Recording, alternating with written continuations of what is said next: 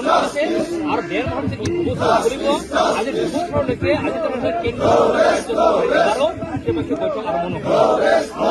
হৈছে অসম চৰকাৰে যিহেতু ইতিমধ্যে দিছে ভাৰত চৰকাৰে ইয়াত বৈঠক আৰম্ভ কৰিব লাগে আৰু ৰাজহুৱা ডিমাণ্ড এই লাং ষ্টেজৰ ডিমাণ্ড সংবিধানৰ সংস্থাৰ অন্তৰ্ভুক্ত কৰি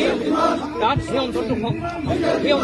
সাংবিধানিক ক্ষমতা হস্তান্তৰ কৰা হয় ভাৱে বিধিখিনিৰ যে আগ্ৰাসন সেই বিধিখেৰ আগ্ৰাসনটো তাত মুক্ত কৰিব লাগে সাংবিধানিক আৰু সাংবিধানিকভাৱে সেইকাৰণে আমি গোটেই ইয়াত প্ৰায় চৰকাৰৰ ইয়াৰ জনাবৰ কাৰণে ভাৰত চৰকাৰক কৰিবৰ কাৰণে আমি মূলত এই আৰু আমি আশা প্ৰকাশ কৰিম কেন্দ্ৰীয় চৰকাৰ আছে আমি চৰকাৰ বৈঠক আৰম্ভ কৰা আৰু বৈঠক মেকানিজম তাত উলিয়াই